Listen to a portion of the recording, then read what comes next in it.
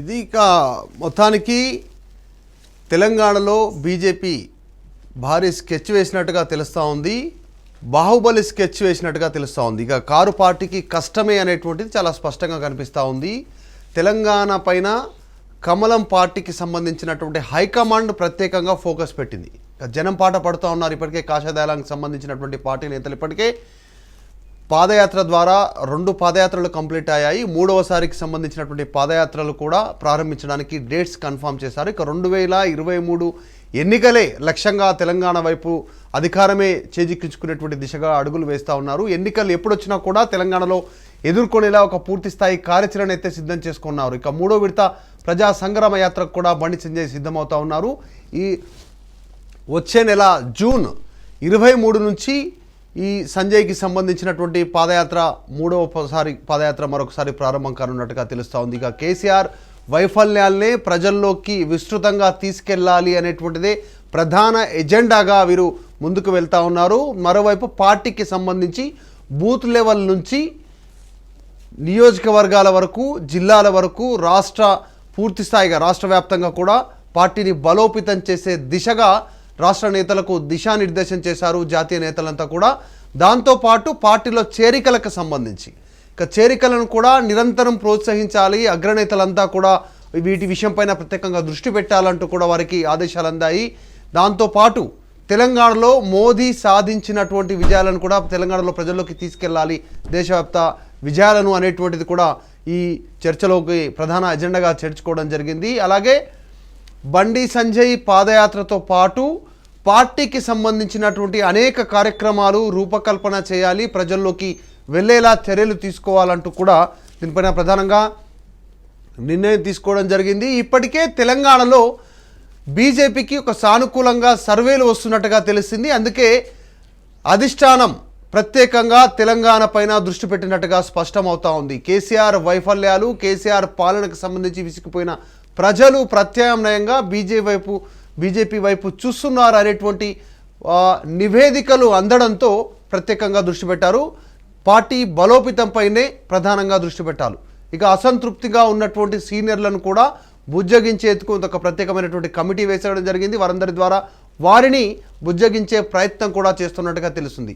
మొత్తానికైతే పక్కా వ్యూహంతో తెలంగాణలో ఆపరేషన్ లోటస్ చేపట్టినట్టుగా తెలుస్తోంది. టీఆర్ఎస్ పాలనపైన ప్రజల్లో ఉన్నటువంటి తీవ్ర వ్యతిరేకతను తమకు అనుకూలంగా మలుచుకోవడానికి బీజేపీ నేతలు దీనికి సంబంధించి స్కెచ్ వేస్తున్నట్టుగా తెలుస్తూ ఉంది. ఇక ప్రతి నెల 20 రోజులు, 30 రోజుల్లో దాదాపు 20 రోజులు పాదయాత్ర రూపంలో ప్రజల్లో ఉండాలనేటువంటి నిర్ణయం తీసుకోవడం జరిగింది. మిగతా 10 రోజులు పార్టీకి సంబంధించినటువంటి అనేక ప్రజా సమస్యలతో పార్టీ కార్యక్రమాలు ఉండాలి, ప్రజలకు చేరువేయాలి అనేటువంటిది కీలక నిర్ణయంగా తెలుస్తూ ఉంది. దాంతోపాటు ఈ మధ్య కాలంలో జరిగినటువంటి జైపూర్ సంబంధించినటువంటి తీర్మానాల అమలుకు కూడా కమలం పార్టీ ప్లాన్ చేస్తూ ఉంది. ఫైనల్గా అయితే అధికారమే టార్గెట్గా తెలంగాణకు సంబంధించినటువంటి బీజేపీ శాఖ ఒక స్ట్రాటజీగా ముందుకు వెళ్తూ ఉన్నట్టుగా అయితే చాలా స్పష్టంగా తెలుస్తూ ఉంది.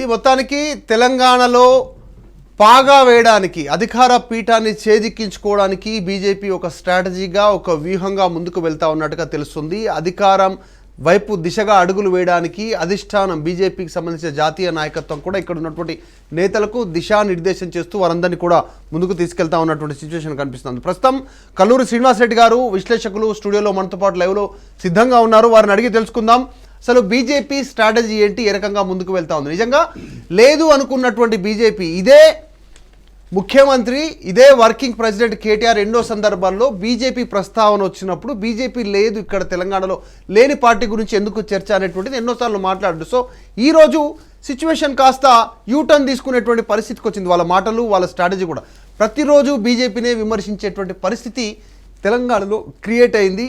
ఆ పరిస్థితులు ఎందుకు వచ్చాయి? నిజంగా గ్రౌండ్లో ప్రజలు ప్రత్యామ్నాయం బీజేపీ అని ఎందుకు అనుకుంటున్నారు? టీఆర్ఎస్ పైన ఉన్నటువంటి వ్యతిరేకత బీజేపీ పూర్తి స్థాయిలో చేజిక్కించుకోవాలంటే ఇంకా ఏ రకంగా ముందుకు పోవాలి, ఎలాంటి స్ట్రాటజీలు వాళ్ళు తీసుకోవాల్సినటువంటి అవసరం ఉంది అనేటువంటి విషయంపైన చర్చిద్దాం. ప్రస్తుతం కల్లూరి శ్రీనివాసరెడ్డి గారు, మీరు ఎట్లా నిజంగా తెలంగాణలో జరుగుతున్నటువంటి ఈ పరిణామాలు, రాజకీయ పరిణామాలకు సంబంధించి ఏం చెప్తారు? మీరు అన్నట్టు ఒకప్పుడు ఇదే టీఆర్ఎస్ నాయకులు తెలంగాణలో బీజేపీ ఎక్కడిది, ఇక్కడ దాని అడ్రస్సే లేదు అనే రకంగా కామెంట్లు చేసిన వాళ్ళే హుజూరాబాద్, దుబ్బాక, జిహెచ్ఎంసి అనేక ప్రాంతాల్లో పార్టీ బలోపేతం యాక్టివిటీ, పొలిటికల్ యాక్టివిటీ, పాదయాత్రలు, ఈటెల రాజేందర్ అంటే టాప్ మోస్ట్ స్టేట్ లెవెల్ లీడర్ల వరకు కూడా ఈరోజు బీజేపీలో రాష్ట్రంలో కనపడుతున్నమాట వాస్తవం. అది ప్రజల్ని బాగా ప్రభావితం చేస్తుందనే చెప్పాలి. అంటే ఈటెల రాజేందర్ కావచ్చు, డికే అరుణ కావచ్చు, జితేందర్ రెడ్డి కావచ్చు, ఇట్లా చాలామంది స్టేట్ లెవెల్ నాయకులు, మోస్ట్ సీనియర్ నాయకులు ఇవాళ బీజేపీలో కనపడుతున్నమాట వాస్తవం. కాబట్టి వాళ్ళతోటి రాష్ట్రంలో కూడా బీజేపీ ప్రత్యామ్నాయమే కాబోతుంది అనేటువంటి నమ్మకాన్ని ప్రజల్లో కాస్త ఏర్పడ్డది.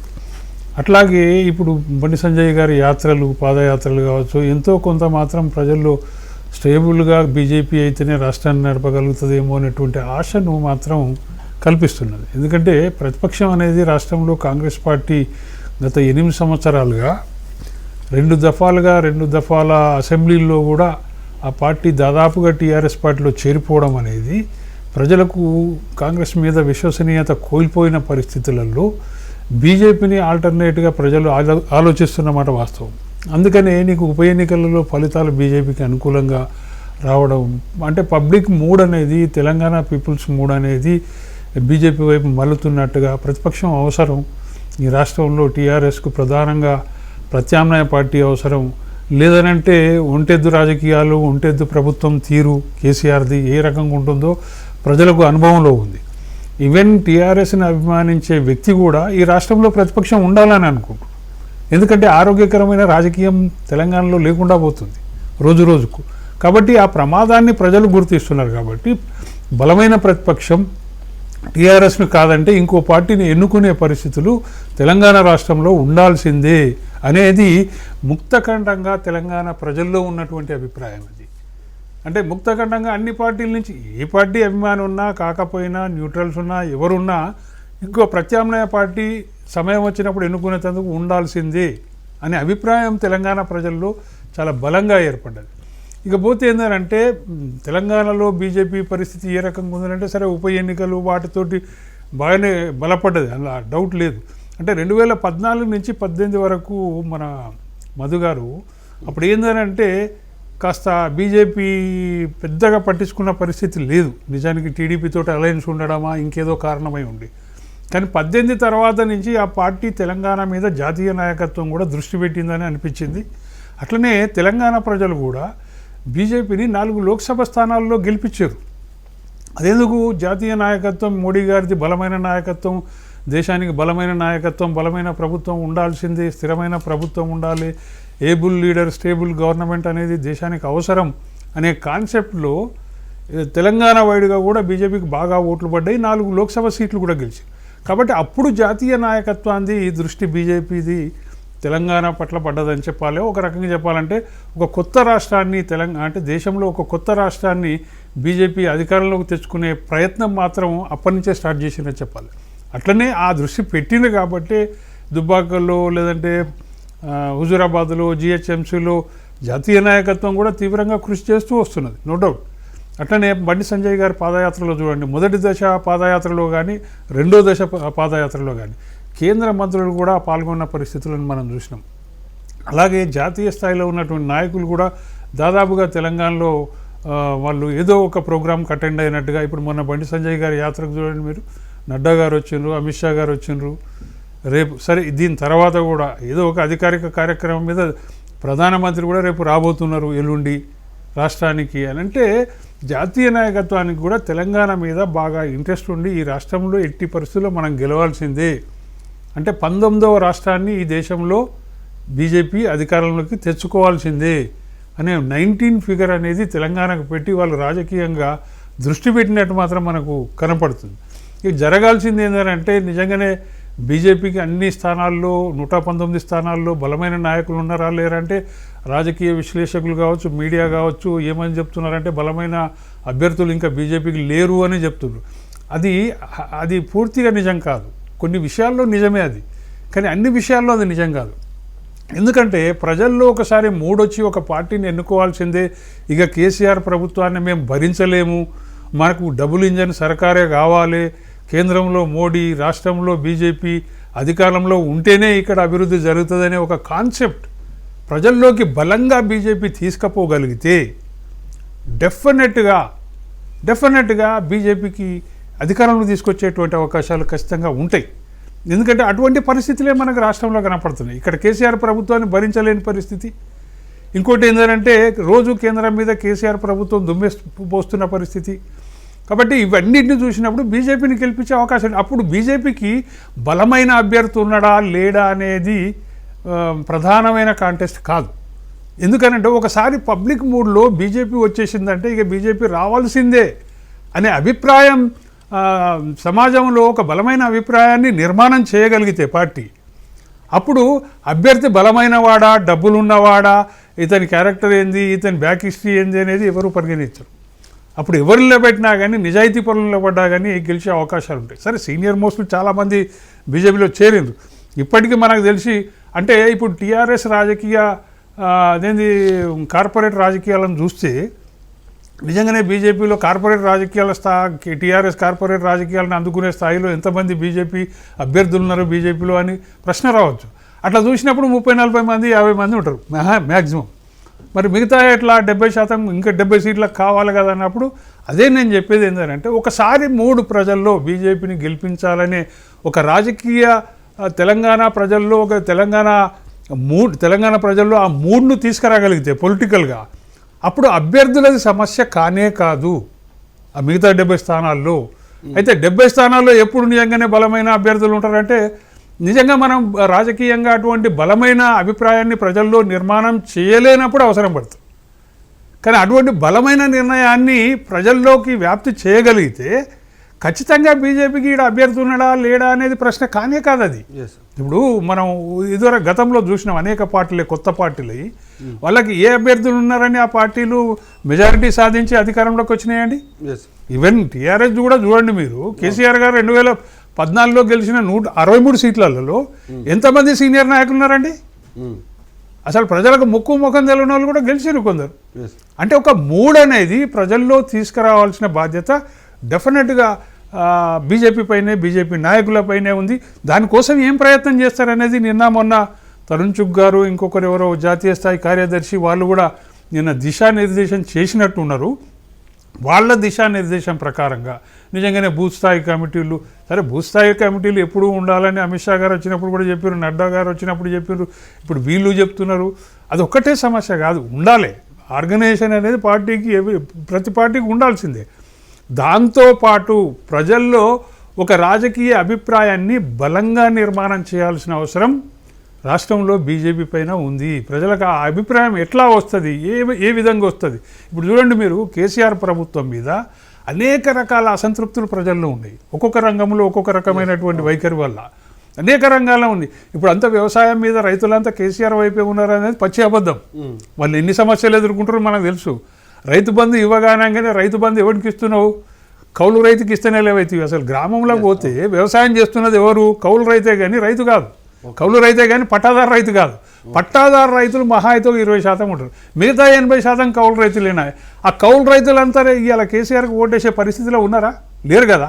కాబట్టి నేను అదే చెప్తున్నా, ఇక్కడ రైతులు కావచ్చు, లేదంటే పేదలు కావచ్చు, గ్రామీణ ప్రజలే కావచ్చు, వివిధ వృత్తుల వాళ్ళే కావచ్చు, వాళ్ళు ఎదుర్కొంటున్న సమస్యలు సవాలక్ష ఉన్నాయి. అంతే. ఎందుకంటే ఆసరా పెన్షన్ చూడండి మీరు, 2018 నుంచి ఒక కొత్త ఆసరా పెన్షన్ ఇవ్వలే. అంటే 57 ఏళ్ళకే ఆసరా పెన్షన్ ఇస్తామని చెప్పారు. కాబట్టి అనేక వర్గాలు ఈ ఆసరా పెన్షన్ అప్పటి వరకు అమల్లో ఉన్న వాళ్ళలో దాదాపు 3 లక్షల మంది ఇప్పటికే వాళ్ళు వృద్ధులు చనిపోయి ఉంటారు. అవి కూడా ప్రభుత్వానికి మిగిలిపోతున్నాయి, కానీ ఒక్క కొత్త పెన్షన్ ఇచ్చింది లేదు. ఇట్లా అనేక సంక్షేమ పథకాలకు ఎగనామం పెడుతున్న ఈ కేసీఆర్ ప్రభుత్వం మీద విపరీతమైన అసంతృప్తి గ్రామీణ ప్రజల్లో కూడా అద్భుతంగా ఉంది. వాళ్ళంతా ఏం కోరుకోవాలి? డెఫినెట్గా వాళ్ళే కాదు, రైతులు కావచ్చు, కార్మికులు కావచ్చు, ఉద్యోగులు కావచ్చు, ఈ రాష్ట్రంలో నిరుద్యోగులే కావచ్చు.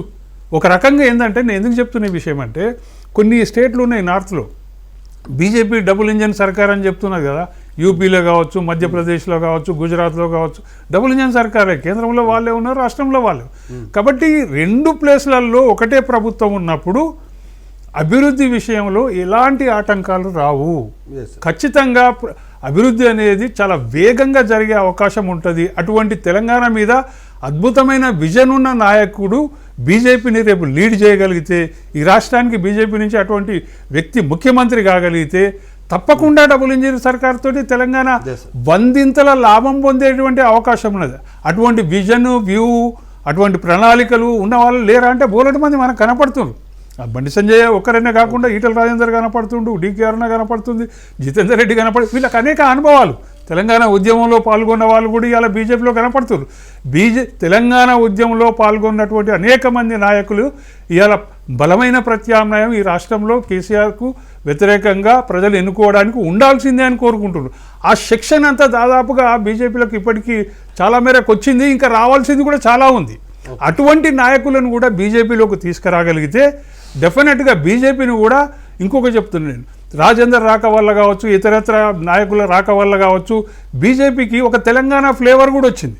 ఆ తెలంగాణ ఫ్లేవర్ రావడం వల్ల మిగతా సెక్షన్స్ ఈ కేసీఆర్ ప్రభుత్వం మీద అసంతృప్తితో ఉన్నటువంటి ప్రతి రాజకీయ నాయకుడు కూడా రేపు బీజేపీలోకి రావాల్సిన అవసరం కూడా ఏర్పడుతున్నది. అటువంటి వాతావరణాన్ని క్రియేట్ చేయగలిగితే బీజేపీని కూడా ప్రజలు తెలంగాణ పార్టీయే, ఇది తెలంగాణ పార్టీయే, కేసీఆర్ని వద్దనుకున్నప్పుడు ఈ పార్టీని ఎన్నుకోవాల్సిందే అనేటువంటి రాజకీయ నిర్ణయాన్ని నిర్మాణం చేయాలి ప్రజల్లో.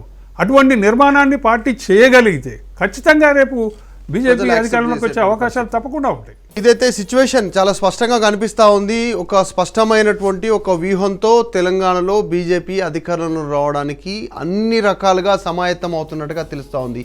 ఇందాక కల్లూరు శ్రీనివాస్ రెడ్డి గారు చెప్పినట్టు హైకమాండ్ ప్రత్యేకంగా ఫోకస్ పెట్టింది బండి సంజయ్ పాదయాత్రలో.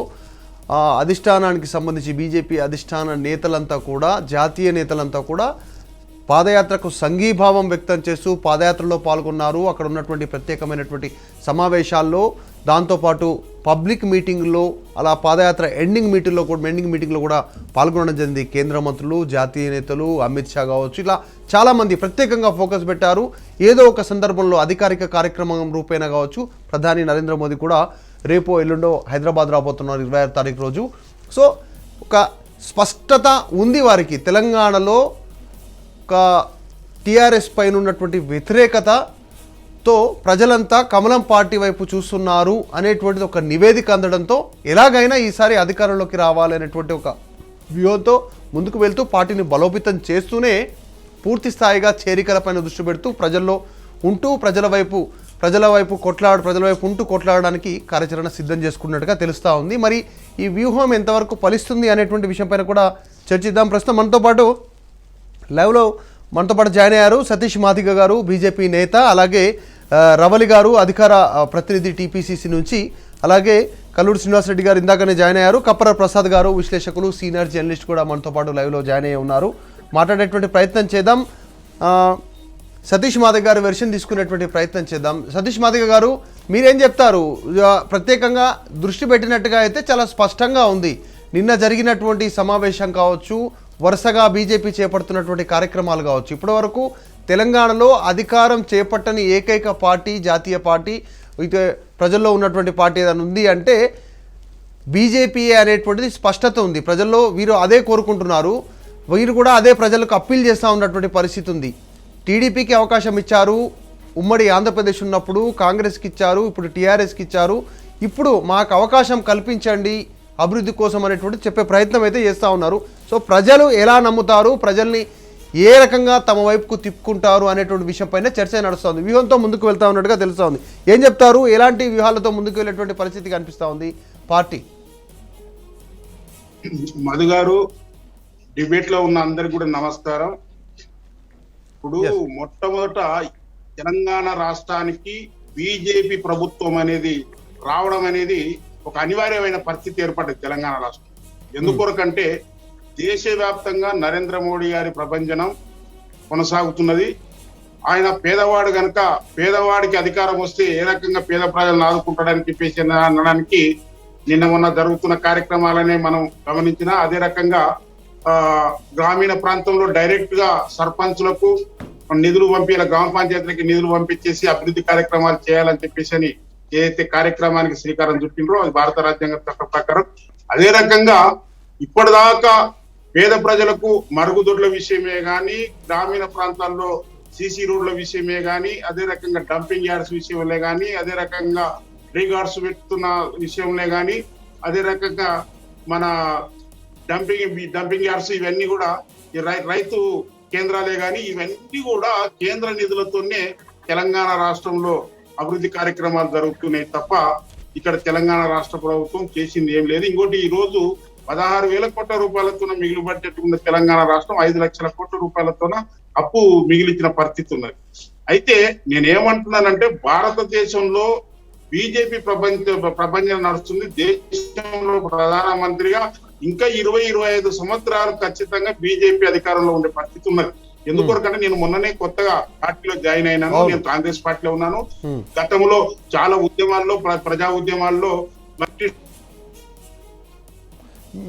మ్యూట్లోకి వెళ్ళిపోయినట్టుంది సతీష్ మాధవ్ గారు. మీ ఆడియో మ్యూట్లోకి వెళ్ళిపోయింది, అన్మ్యూట్ చేయండి. మ్యూట్లోకి వెళ్ళిపోయింది మీ ఆడియో. మ్యూట్ సతీష్ మాధవ్ గారు, సతీష్ గారు మీ ఆడియో మ్యూట్లోకి వెళ్ళింది. హలో సతీష్ గారు. ఎస్ ఓకే ఎస్ ప్రస్తుతం కపరా ప్రసాద్ గారు ఉన్నారు, విశ్లేషకులు, సీనియర్ జర్నలిస్టు. వెర్షన్ తీసుకునేటువంటి ప్రయత్నం చేద్దాం. కపరా ప్రసాద్ గారు మీరేం చెప్తారు? అంటే స్ట్రాటజికల్గా ముందుకు వెళ్ళాలనేటువంటి ఒక నిర్ణయం కనిపిస్తూ ఉంది బీజేపీ నుంచి. నిజంగా స్ట్రాటజీ వర్కౌట్ అయ్యే సిచ్యువేషన్ ఉందా? వర్కౌట్ కావాలి అంటే ఏ రకంగా ముందుకు వెళ్ళాలి? అందరికీ నమస్కారం. అక్కడ సతీష్ మాధవ్ గారికి, రవళి గారికి, అట్లే కల్లూరు శ్రీనివాసరెడ్డి గారికి, మధు మీకు. ప్రధానంగా భారతీయ జనతా పార్టీ ఒక వ్యూహంతో ముందుకు పోతున్నట్టు స్పష్టంగా కనబడతా ఉంది. తెలంగాణలో అధికారమే లక్ష్యంగా, అంటే అధికారంలోకి ఖచ్చితంగా రావాలి అనేటువంటి లక్ష్యంగా బీజేపీ ప్రయత్నం చేస్తూ ఉంది. ఇప్పుడు కాకపోతే మరెప్పుడు రాలేము, ఇంకా రాదు, ఇప్పుడే అసలైనటువంటి ఈ మోకాలోనే పనులను తీసుకోవాలి అనే ప్రయత్నాలు చాలా ముమ్మరంగా చేస్తుంది. దానికి కొంత సానుకూల స్పందన కూడా ప్రజల నుంచి కనబడతా ఉంది. బండి సంజయ్ గారు రాష్ట్ర అధ్యక్షుడు అయిన తర్వాత భారతీయ జనతా పార్టీ ఎక్కువగా ఎప్పుడు ప్రజల్లోనే ఉంటున్నట్టు స్పష్టంగా అర్థమవుతోంది. అంటే ఈ కోవిడ్ సమయంలో కూడా భారతీయ జనతా పార్టీ నాయకులు కానీ, కార్యకర్తలు కానీ ప్రజల్లో ఉండే అనేక రకాల సేవా కార్యక్రమాలు చేయడం, ప్రజలను వెన్నంటే ఉండడం వల్ల పార్టీలోకి చాలామంది నాయకులు చేరడానికి ఒక మార్గం సుగమమైంది.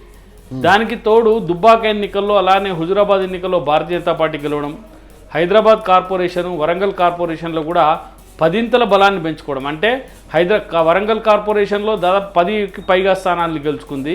హైదరాబాద్ నగరపాలక సంస్థలో 45 స్థానాలని బీజేపీ గెలుచుకుంది. అంటే 3 స్థానాలు 4 స్థానాల నుంచి 45 స్థానాలకు ఎగబాకడం. ఇవన్నీ చూస్తూ ఉంటే ఏమర్థమవుతా ఉందంటే భారతీయ జనతా పార్టీ పట్ల ప్రజలు సానుకూలంగా ఉన్నారు. రాబోయేటువంటి ఎన్నికల్లో భారతీయ జనతా పార్టీకి ఓటేయడానికి ప్రజలు సానుకూలంగా ఉన్నారు. దాన్ని ఎలా మన వైపున తిప్పుకొని మరింతగా అంటే అధికారంలోకి రావడానికి ప్రయత్నం చేయాలనేటువంటి ఒక లక్ష్యం బీజేపీలో కనపడతా ఉంది. నిన్న మొన్న పార్టీ బండి సంజయ్ పాదయాత్ర తర్వాత ఇక్కడ జరిగినటువంటి బహిరంగ సభ కానీ, లేకపోతే నిన్న పార్టీ పదాధికారుల సమావేశంలో పార్టీ జాతీయ నాయకులు చేసినటువంటి దిశానిర్దేశం అంతా కూడా ఏంటంటే కేవలం బండి సంజయ్ గారు పాదయాత్ర చేస్తున్నప్పుడంతా పార్టీ యాక్టివిటీ లేకుండా ఉంటుంది. అట్లా కాకుండా ఒకవైపు బండి సంజయ్ గారు పాదయాత్ర కొనసాగాలి, మరోవైపు పార్టీలో ఉండే సీనియర్ నాయకులు రాష్ట్రమంతటా తిప్పాలి, రాష్ట్రమంతటా తిరగాలి. ఆ విధంగా పనులు అప్పగించాలనేటువంటి ఒక పని విభజన కూడా పార్టీ మొదలుపెట్టింది. దాంతో ఏమవుతుందంటే ఒకే వైపున యాక్టివిటీ కాకుండా, ఇప్పుడు బండి సంజయ్ గారి పాదయాత్ర ఉంటే బండి సంజయ్ గారి పాదయాత్ర ఉన్న జిల్లాల్లో మాత్రమే పార్టీ యాక్టివిటీ ఉంటుంది. మిగతా అందరూ కూడా ఆ యాత్రకు పోవడము, ఆ యాత్రలో ఏర్పాట్లు చేయడము, లేకపోతే ప్రజల్ని కలుసుకోవడం లాంటి కార్యక్రమాలే కాకుండా రాష్ట్రం అంతటా ఇతర నాయకులు ఇతర యాక్టివిటీస్ తీసుకొని పనిచేయాలి అనేటువంటి ఒక నిర్ణయానికి నిన్న పార్టీ వచ్చినట్టుగా మనకు అర్థమవుతా ఉంది. మనం ఒకటి గమనిస్తే రాష్ట్రంలో ప్రధానమైనటువంటి పక్షాలన్నీ కూడా బీజేపీ పట్ల సానుకూలంగా ఉన్నాయి. ఇందాక కల్లూరు శ్రీనివాసరెడ్డి గారు కూడా చెప్పిండ్రు, గతంలో కాంగ్రెస్ పార్టీ పాలనను చూసిండ్రు, అట్లనే టీడీపీ పాలనను చూసిండ్రు, ఇప్పుడు టీఆర్ఎస్ పాలనను కూడా రాష్ట్ర ప్రజలు చూసిండ్రు. రాష్ట్ర ప్రజలు చూడడం వల్ల భారతీయ జనతా పార్టీ పాలనే దేశవ్యాప్తంగా భారతీయ జనతా పార్టీకి వస్తున్నటువంటి ఆదరణ, దేశవ్యాప్తంగా ప్రపంచవ్యాప్తంగా నరేంద్ర మోడీ గారికి వస్తున్నటువంటి సానుకూల దృక్పథం రాష్ట్రంలో కూడా వర్కౌట్ అయ్యేటువంటి అవకాశాలు ఉన్నాయి అనేది బీజేపీ నాయకుల యొక్క అంచనా. ఆ మేరకు ఏ రకంగా పనిచేయాలి, ఎటువైపున పోవాలనే దానిపైన ప్రతిరోజు ప్రజల్లో ఉండే విధంగా కార్యాచరణ రూపొందించాలి. ఇప్పుడు ఆ జాతీయ ఉపాధ్యక్షురాలు డీకే అరుణ కానీ, జాతీయ కార్యవర్గ సభ్యులు ఈటల రాజేందర్ గారు కానీ, లేకపోతే రఘునందన్ గారు కానీ, రాజాసింగ్ గారు కానీ, ఇతర నాయకులు ఇప్పుడు గిరిజన నాయకులు ఆదిలాబాద్ ఎంపీ వాళ్ళు కానీ, ఇట్లా చాలామందికి పని విభజన జరగాలి, పని అప్పచెప్పి వాళ్ళందరినీ కూడా ప్రజల్లో ఉంచే విధంగా ఒక కార్యాచరణ రూపొందించడం జరిగింది. ముఖ్యంగా బీజేపీ ఏం ఆలోచన చేస్తూ ఉందంటే, రాష్ట్రంలో ముందస్తు ఎన్నికలు ఏమైనా వస్తాయేమో, కేసీఆర్ దుందుడుకుతనంతో ఎవరు సిద్ధం కాకముందే ప్రజల్లోకి వెళ్ళిపోయేటువంటి అవకాశాలు కూడా ఉన్నాయి కాబట్టి ముందస్తు ఎన్నికలు ఎప్పుడు వచ్చినా కూడా ఎదుర్కోవడానికి సిద్ధంగా పార్టీ యంత్రాంగాన్ని రెడీ చేయాలనేటువంటి ఒక ఉద్దేశంతో ముందుకు పోతా ఉన్నారు. కాబట్టే బీజేపీ సానుకూలత ఇక్కడ కనబడతా ఉంది. అట్నే టీఆర్ఎస్ పైన వ్యతిరేకత, ప్రజల్లో వ్యతిరేకత, టీఆర్ఎస్ పైన విపరీతమైనటువంటి వ్యతిరేకత వ్యక్తమవుతా ఉన్నది. ఈ రాష్ట్రానికి సంబంధించి నిన్న మనం చూసినాం, ఇప్పటిదాకా అంటే ఈ రోజుకు కూడా కొందరు ఉద్యోగులకు వేతనాలు అందలేదంట. పోయిన నెల వేతనాలు ఇప్పటికి కూడా అందని పరిస్థితి కొందరు ఉద్యోగులకు ఉన్నది. అంటే రాష్ట్రాన్ని మళ్ళీ 5 లక్షల కోట్లు అప్పుల్లోకి నెట్టినటువంటి పరిస్థితి. అట్లనే రాష్ట్రంలో పెన్షన్లు ఇవ్వకపోవడం వల్ల మనం చూసినాం, మన జమ్మికుంటలో పెన్షన్లు రాకపోవడం వల్ల ఒక భార్య భర్త ఆత్మహత్య చేసుకున్నటువంటి పరిస్థితి. అంటే ఈ రకంగా అన్ని విధాలుగా టీఆర్ఎస్ పార్టీ వైఫల్యాలను ఎండగడుతూ ప్రజల్లోకి పోవడం వల్ల భారతీయ జనతా పార్టీకి మెరుగైనటువంటి ఫలితాలు వచ్చే అవకాశం ఉంటుంది. ఇక కాంగ్రెస్ పార్టీ విషయానికి వచ్చినప్పుడు ఏమవుతుందంటే, కాంగ్రెస్ పార్టీ కూడా ఇదే స్థాయిలో కొట్లాడడానికి ప్రయత్నం చేస్తూ ఉంది. కానీ అంతర్గత సమస్యలు కాంగ్రెస్ పార్టీని ఎక్కువగా పట్టి పీడిస్తున్నట్టుగా అనిపిస్తూ ఉంది. రేవంత్ రెడ్డి ఒక అడుగు ముందుకేస్తే నాయకులు సీనియర్ రాండ్లు ఉండబడేటువంటి కొందరు 5 అడుగులు వెనక్కి గుంజుతున్నట్టు మనకు అర్థమవుతా ఉంది. అయితే దీన్నంతటిని కూడా అధిగమించి కాంగ్రెస్ పార్టీ ముందరికి పోతా ఉన్నా జాతీయ స్థాయిలో ఆ పార్టీకి సరైనటువంటి దృక్పథం లేకపోవడం, అన్నిట్లలో ఇప్పటిదాకా ఓటమి చవిచూస్తుండడం మూలంగా ప్రజలు అంతగా అంటే ఈ పార్టీలో కాంగ్రెస్ పార్టీలో గెలిచినా కూడా మళ్ళీ టీఆర్ఎస్లోకి పోతారేమో, టీఆర్ఎస్ పార్టీ వైపుకే వెళ్ళిపోతారేమో అనేటువంటి ఒక భావన కూడా ప్రజల్లో ఉండడం వల్ల ఈ రాష్ట్రంలో తెలంగాణలో టీఆర్ఎస్ వర్సెస్ బీజేపీ అనే విధంగానే తయారైంది. కాబట్టి బీజేపీ ఆ విధంగా ప్రయత్నం చేస్తుంది కాబట్టి భవిష్యత్తులో పార్టీకి ఫలితాలు ఆశాజనకంగా ఉండే అవకాశాలు కనబడుతున్నాయండి. Yes sir. ప్రస్తుతం రవలి గారు ఉన్నారు, టీపీసీసీ అధికార ప్రతినిధి. రవలి గారిని అడిగేటువంటి రవలి గారు, మీకు ఎట్లా అనిపిస్తూ ఉంది? స్టేట్లో కాస్త కమలం వైపు పబ్లిక్ మూమెంట్ స్టార్ట్ అయింది అనేటువంటి ఒక సంకేతాలు అందుతూ ఉన్నాయి. కాంగ్రెస్ పార్టీకి సంబంధించి కూడా మొన్న రీసెంట్గా భారీ సభ నిర్వహించారు. కానీ ఎక్కువగా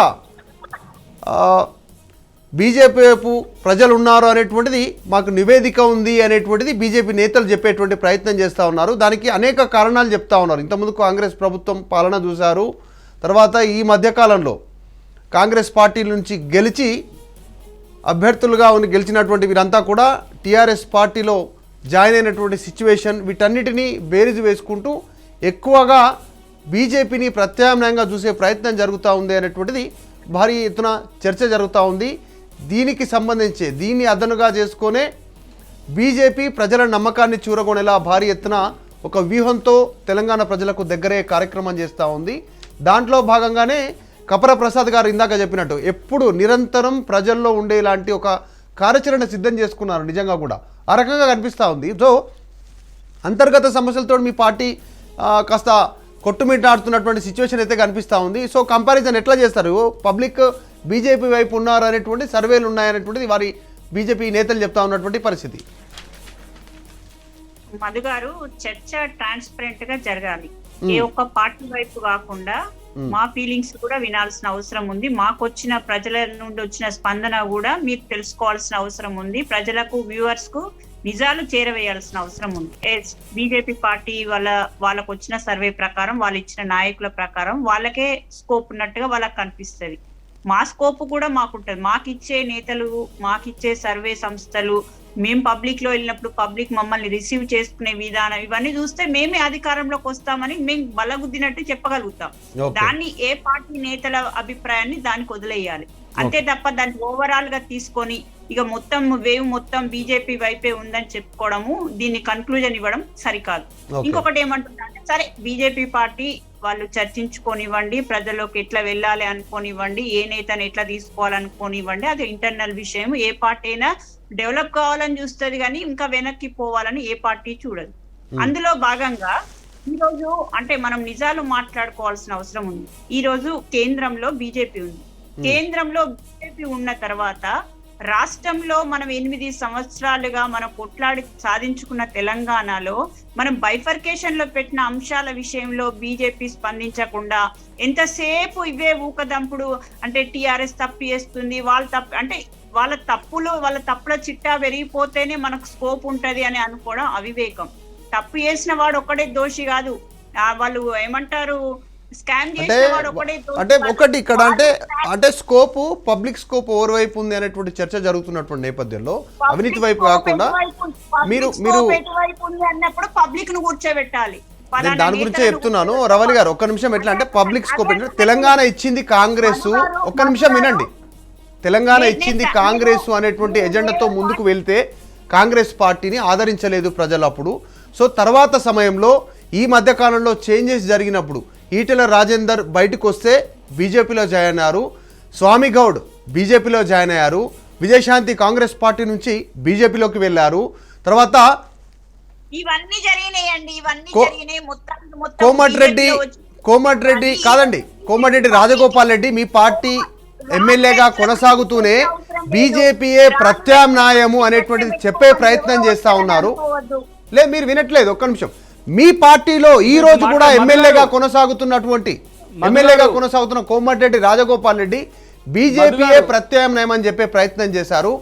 మొన్నటి రాహుల్ గాంధీ సభకు హాజరు కాలేదు అంటే కాంగ్రెస్ పార్టీ పైన నమ్మకం లేదు ప్రజలకు అనేటువంటిది నేతలు కూడా గుర్తించి బీజేపీ వైపు వెళ్తా ఉన్నారు అనేటువంటిది వాళ్ళ వెర్షన్.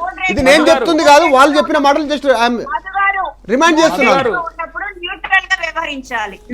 జరిగిన విషయాలనే చెప్తున్నాను. నేను ఎవరి పక్షాన నిలబడట్లేదు. మీ పార్టీ ఎమ్మెల్యేనే రాజగోపాల్ రెడ్డి బీజేపీ ప్రత్యామ్నాయం అని అనేక సందర్భాల్లో చెప్పారు. మొన్న రాహుల్ గాంధీ సభకు రాలేదు. రాజగోపాల్ రెడ్డి గారు బీజేపీ కండవ కప్పుకుంటారో అప్పుడు బీజేపీ నేతగా పరిగణించండి. ఈ రోజు ప్రజాస్వామ్యంలో ఎవరు ఏ పరిపాలన మెచ్చుకునే అవకాశం ఉంది. అట్లా అనుకుంటే మీ బీజేపీ కేంద్ర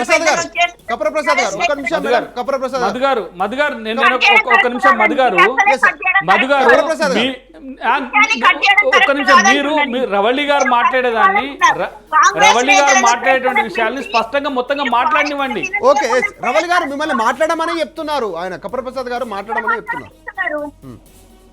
ఎక్కడ మాట్లాడనిస్తున్నారండి? ఈ రోజు బీజేపీ నేతగా వాళ్ళ పార్టీ డెవలప్ అవుతుందంటే చెప్పుకుంటే సంతోషమే.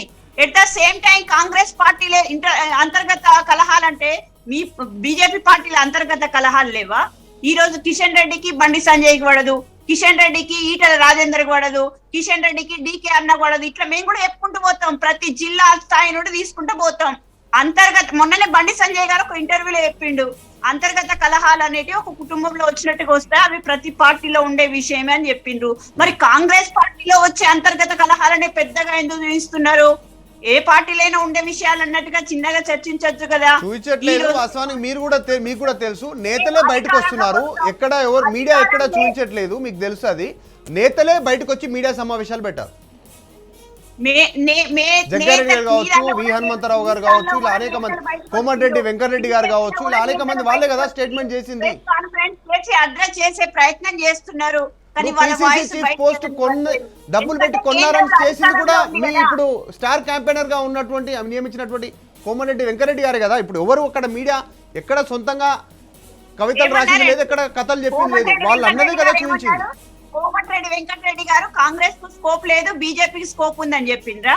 కాదు, డబ్బులు పెట్టి పిసిసి చీఫ్ పదవి కొన్నారని చెప్పారు. మేము మాట్లాడుకుంటాం, మా కుటుంబ సభ్యుల గురించి మేము మాట్లాడుకుంటాం. మీకు ఆ స్వేచ్ఛ కూడా లేదు కదా, మీ కుటుంబ సభ్యుల గురించి మాట్లాడుకునే స్వేచ్ఛ కూడా మీకు లేదు కదా. మాకు ఉంది. ఆ స్వేచ్ఛను ఎట్లా కంట్రోల్ చేయాలో అట్లా చేసుకున్నాం ఢిల్లీ సాక్షిగా. దానికి ఎందుకు ఈ చర్చ వస్తుంది? ఈ రోజు వాళ్ళకి లేదేమో, నేను మీ పార్టీలో జరిగేటువంటిది రిమైండ్ చేస్తాను అంతే, వేరే ఉద్దేశం లేదు.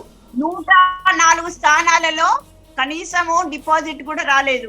దాన్ని ఓవర్కమ్ ఎట్లా చేయాలో అనే చర్చ వాళ్ళు మాట్లాడుకుంటారు వాళ్ళ ఇంటర్నల్ పార్టీ ఇష్యూలో. మేము ఇప్పుడు మా దగ్గర నుండి ఎమ్మెల్యేలు వేరే పార్టీలకు మాట్లాడియండి. మీరు ఎందుకు అడుగుతారు? బీజేపీ వాళ్ళు అడుగుతారు కదా, మాట్లాడియండి కాబట్టి అందులోకి వెళ్ళిండ్రు. మేమే 70-80 స్థానాలు వస్తే మా దాంట్లోకి వెళ్ళి ఎవరు ఎందుకు వెళ్తారు? ఈసారి ప్రజలు పబ్లిక్ ఖచ్చితంగా మాకు 70-80 సీట్లు ఇవ్వడానికి రెడీగా ఉన్నారు. కాబట్టి మిగతా వాళ్ళే మా దాంట్లోకి రావడానికి రెడీగా ఉంటారు. ఇక్కడ ఉన్న వాళ్ళనేమో కాంగ్రెస్ వాళ్ళను టిఆర్ఎస్ వాళ్ళు తీసుకుంటున్నారు, వేరే రాష్ట్రాలలో కాంగ్రెస్ లో ఉన్న వాళ్ళని బీజేపీ వాళ్ళు తీసుకుంటున్నారు. అంటే అధికారం అడ్డం పెట్టుకొని లాక్కుంటున్నారు. దానిలో కాంగ్రెస్ నాయకులే పోతున్నారని తప్పేమున్నది? రాజాసింగ్ ఒక్కరే గెలిచిండు బీజేపీలో. రాజాసింగ్ బీజేపీ తెలంగాణ సమస్యలు తప్ప మొత్తం దేశంలో ఉన్న సమస్యలన్నీ ఆయన మాట్లాడతాడు. ఆయనకు ఈ బీజేపీ తెలంగాణ విషయం తప్ప ఏది మాట్లాడు, మిగతా అన్ని మాట్లాడతాడు. ఒక తెలంగాణ ఒక్కటే పక్క పెట్టేస్తాడు. ఈ రోజు రఘునందన్ రావు కంఫర్ట్ గా ఉన్నాడా? రఘునందన్ రావు కూడా మాట్లాడిండు కదా, నా దానిలో మాకు ప్రాధాన్యతనివ్వట్లేదని. ఈటల రాజేందర్ గారు కంఫర్ట్ గా ఉన్నారా? ఇట్లా ప్రతి ఒక్క చర్చ తీసుకుంటే బయటకు వస్తుంది. మీరు చర్చ రానివ్వట్లేదు కాబట్టి అవి బయటికి రావట్లేదు. ఈ ఛానల్లో చర్చ రానంత మాత్రాన వేరే దగ్గర రావని మీరు అనుకోవద్దు కదా. ప్రతి దానిలో వస్తే ప్రతి కుటుంబంలో గొడవలు ఉంటాయి, ప్రతి కుటుంబంలో ఇంటర్నల్ పాలిటిక్స్ ఉంటాయి. దాన్ని ఓవర్కమ్ చేసుకుంటూ వెళ్ళడమే పబ్లిక్ ఎట్లా రీచ్ అయ్యింది అనేది ముఖ్యం. మేము రచ్చబండ కార్యక్రమాలు పెట్టుకున్నాం. మా రాహుల్ గాంధీ గారి మీటింగ్ సక్సెస్ అని మేము అనుకుంటున్నాం. బీజేపీ మేమే ఆల్టర్నేట్ అనుకోవడంలో తప్పు లేదు. వాళ్ళు ఎట్లా ప్రజలకు రీచ్ కావాలో వాళ్ళు ఆలోచించుకోనివ్వండి. ఎట్ ద సేమ్ టైం వేరే పార్టీని తక్కువ చేసి మాట్లాడితే ఊరుకోము. కాంగ్రెస్ పార్టీని తక్కువ చేస్తే మాకుండే పాలిటిక్స్ మాకుంటాయి, మాకుండే వ్యూస్ మాకుంటాయి. మేము మా దానిలో గెలిచిన వాళ్ళను పక్క పార్టీలకు వెళ్లకుండా ఎట్లా కంట్రోల్ చేసుకోవాలో మేము ఆ వ్యూహంలో మేము ఉంటాం. దాని గురించే ఇప్పుడు మీ పార్టీ నుంచి పక్కకి వెళ్ళినటువంటి వారి గురించే చర్చ. ఇప్పుడు వెళ్ళారనేటువంటిదే నమ్మకం లేనటువంటిది. ఇప్పుడు సరే, సతీష్ మాదిగ గారు ఇందాక లైన్ కట్ అయింది.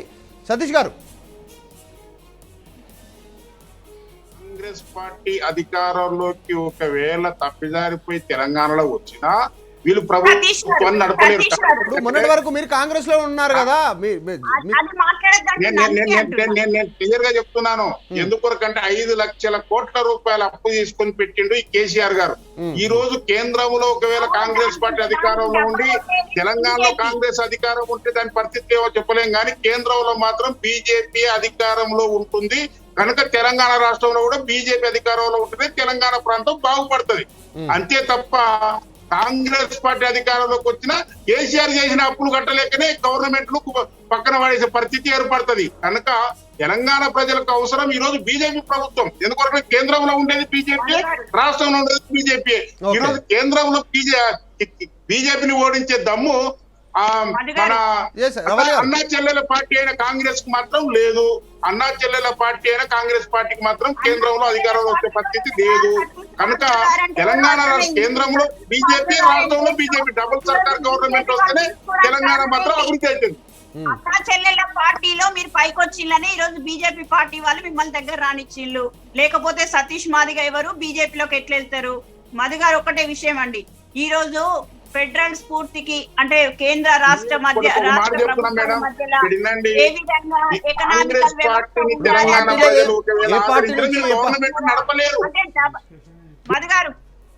రవలి గారు చెప్పండి. అంటే ఫెడరల్ స్ఫూర్తితో నడవాల్సినవి ఏ రకంగా ఏ ఫైనాన్స్ కమిషన్ ద్వారా కేంద్రం నుండి రాష్ట్రానికి బడ్జెట్ వస్తుందో మనం కొన్ని సంవత్సరాలుగా రాజ్యాంగబద్ధంగా ఏ విధంగా ముందుకెళ్తున్నామో ఆ విధంగా వెళ్తున్నాం. కానీ దాన్ని పూర్తిగా భ్రష్టు పట్టించేసి కేవలం కేంద్రంలో రాష్ట్రంలో ఉంటేనే ఆ రాష్ట్రం డెవలప్ అవుతుందని కొత్త నినాదాన్ని తీసుకొస్తున్నారా? డబుల్ ఇంజన్ సర్కార్ అని పెట్టేసి గతంలో ఏ పార్టీ పెట్టలే కదా. తెలంగాణ బాగుపడుతుంది. కాంగ్రెస్ ఉన్నా లేకపోతే టిఆర్ఎస్ ఉన్నా మళ్ళీ ఇదే పరిస్థితి. నిధులను రానిచ్చిళ్ళు అంతే తప్ప ఇక్కడ అవినీతి కానివ్వండి, అప్పులమయం కానివ్వండి, మేము వస్తేనే దీన్ని ఆదుకుంటాం, అప్పుల కుప్పలాగా పెరిగిపోయిన దాన్ని మేమే కాపాడుకుంటాం అని మాట్లాడితే చాలా దుర్మార్గమైన విషయం. ఇంత ముందే చెప్పాను, తప్పు చేసిన వాడే దోషి కాదు, తప్పును చూస్తూ ఉండేవాడు కూడా పెద్ద దోషి అని చెప్తున్నాను. 4 కోట్ల ప్రజల రక్తం, ఒక్కొక్క రూపాయి 4 కోట్ల ప్రజల రక్తము. కప్ర ప్రసాద్ గారు, అదే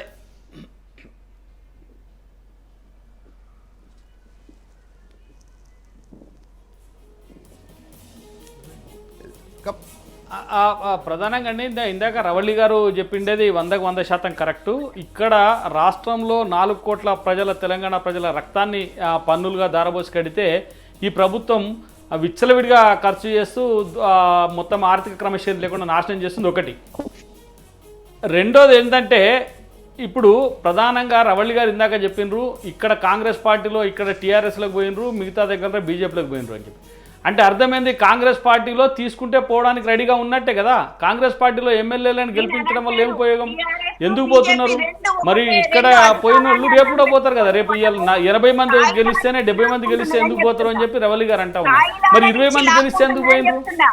అందుకనే ప్రజలు ఆలోచన చేస్తూ ఉన్నారు ఏంటంటే కాంగ్రెస్ పార్టీలో ఉండేటువంటి నాయకులకు స్థిరత్వం లేదు. కాంగ్రెస్ పార్టీని గెలిపించినా కూడా సడన్గా అంటే మనం ఒక్కసారి ఆలోచన చేసుకోండి, ఎవరైనా సబితా ఇంద్రారెడ్డి లాంటి నాయకురాలు కాంగ్రెస్ పార్టీలో నుంచి పోతుందని అనుకున్నారా? కాంగ్రెస్ పార్టీలో ఎదిగి కాంగ్రెస్ పార్టీలో రాష్ట్ర హోంమంత్రిగా పనిచేసినటువంటి వ్యక్తి కాంగ్రెస్ పార్టీ నుంచి పోయింది. ఇట్లా చాలా మంది సీనియర్లు కాంగ్రెస్ పార్టీ నుంచి బయటకు వెళ్ళిపోతా ఉన్నారు.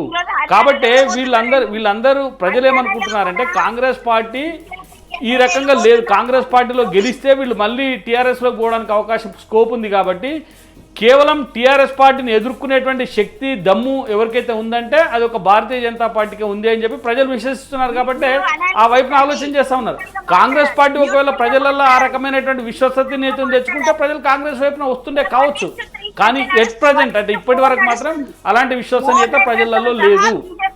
అలాంటి విశ్వసనీయత కాంగ్రెస్ పార్టీ పట్ల లేదు. కాబట్టి ప్రజలు బీజేపీ వైపున ఆలోచిస్తున్నారని నాకు అనిపిస్తూ ఉందండి. 1:4 చర్చ నడుస్తుంది. ట్రాన్స్పరెంట్ గా చర్చ నడవట్లేదు. ఈ రోజు హర్యానాలో కూడా 7 ఎమ్మెల్యేలు కాంగ్రెస్ లోకి వెళ్ళిండ్రు. అంటే కాంగ్రెస్ లో ఉంటే వ్యక్తికి స్థిరత్వం ఉండదు, వేరే పార్టీలోకి వెళ్తే స్థిరత్వం ఉన్నట్ట. కాంగ్రెస్ లో సబితా ఇంద్రారెడ్డి గెలిస్తే స్థిరత్వం లేని వ్యక్తి, టిఆర్ఎస్ లో పోతే స్థిరంగా ఉన్న వ్యక్తి. వ్యక్తులను బట్టి పార్టీని అంచనా వేయొద్దంటున్నా. వాళ్ళని ఏ రకంగా లాక్కుంటున్నారు? మీరు అధికారాన్ని అడ్డం పెట్టుకొని లాక్కుంటున్నారు, వాళ్ళని ఆశ చూపించి లాక్కుంటున్నారు, వాళ్ళ డబ్బులకు ఎరవేసి లాక్కుంటున్నారు. సునీత లక్ష్మారెడ్డి గారు ఆమె సునీత లక్ష్మారెడ్డి గారి భర్త కాంగ్రెస్ పార్టీ కోసం ప్రాణత్యాగం చేసిండు. బీజేపీ 2 ఒకటి అన్నప్పుడు ఏ ఇంట్లో ఉంటేందని వదిలేస్తున్నారు, ఏ ఇంట్లో ఉంటే వదిలేస్తున్నారు. ఈ రోజు మీరు ఎందుకు ఈడీ సంస్థలను ఎందుకు తెలంగాణలో ఉంచుకొల్పట్లేదు? వేరే వాటిని ఎందుకు ఇక్కడ ఎంక్వైరీ చేయట్లేదు? అంటే చిన్న ఇంట్లున్నా పెద్ద ఇంట్లున్నా ఒకటే, మేము సేఫ్ గా ఉన్నామనే ఉద్దేశంతో 2 పార్టీలు ఒకటే అని చెప్పి ఆ రకంగా ఉంటున్నారు. కాబట్టి ఇక్కడ చర్చను డివియేట్ చేయదు. 1:4 గా నడవద్దు. అనాలిసిస్ట్ లాగా న్యూట్రల్ గా మాట్లాడాలి, మోడరేటర్ లాగా మాట్లాడాలి. అంతే తప్ప 1:4 చర్చ నడుస్తే అంటే కాంగ్రెస్ పార్టీ. ఓకే రవళి గారు, ఒకటి మీరు ఇంకోటి ప్రధాన అంశము నిజాన్ని కూడా స్వీకరించేటువంటి ధైర్యం ఉండాలి రాజకీయ నాయకులకు, లీడర్లకు, నాయకులుగా చెప్పుకున్నటువంటి వాళ్ళకు నిజాలుగా స్వీకరించే ధైర్యం కూడా ఉండాలి. మీ పార్టీ నేతలు, మీ పార్టీలో జరుగుతున్నటువంటి నిజాలు, వారు రెచ్చకెక్కినటువంటి వారు ఇచ్చినటువంటి స్టేట్మెంట్లే మేము ప్రస్తావిస్తున్నాం. ఎక్కడ కూడా ఎక్కడ మా సొంత కవిత్వం కానీ మా సొంత కథలు కానీ చెప్పలేదు. మీకు తెలుసు అది అక్కడ జరిగిన యాజ్ ఇట్ ఈజ్ గా జరిగిన. రాజగోపాల్ రెడ్డి గారు, కోమటిరెడ్డి రాజగోపాల్ రెడ్డి గారు మీ పార్టీలో ఉన్నారు, మొన్న రాహుల్ గాంధీ సభకు పోలేదు, అది మీకు తెలుసు.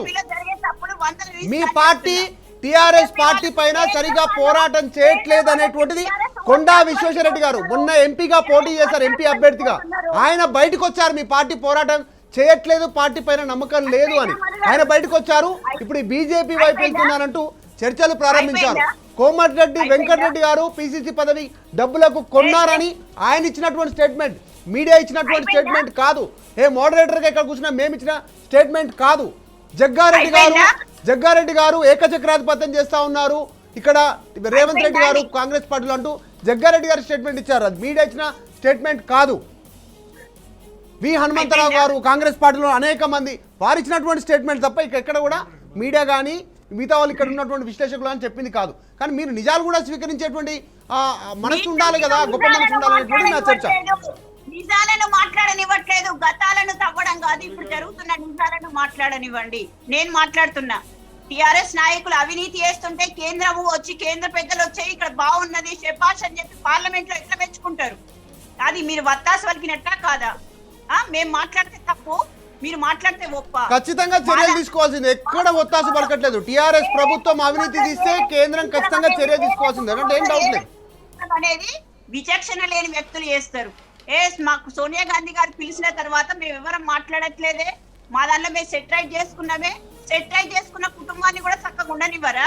అది ఎవరికి నచ్చిన పార్టీలో వాళ్ళు జాయిన్ అవుతారు. రాహుల్ గారు వాటి గురించి కాదు, మీరు ఒకటి వినండి, ఎవరికి నచ్చిన పార్టీలో వారు జాయిన్ అవుతారు, దాని గురించి కాదు. ఇక్కడ నేను ఇక్కడ గురించి ఈ వేదిక నుంచి మాట్లాడిన ప్రతి మాట కూడా కాంగ్రెస్ పార్టీ నాయకులు చెప్పిందే, కాంగ్రెస్ పార్టీలో జరిగిందే తప్ప వేరే కొత్తగా ఏం చెప్పట్లేదు. ఎందుకంటే రీసెంట్ గా జరిగినటువంటి ఇన్సిడెంట్ తీసుకుందామండి. దుబ్బాకలో కాంగ్రెస్ పోటీ చేసింది, గెలవలేదు.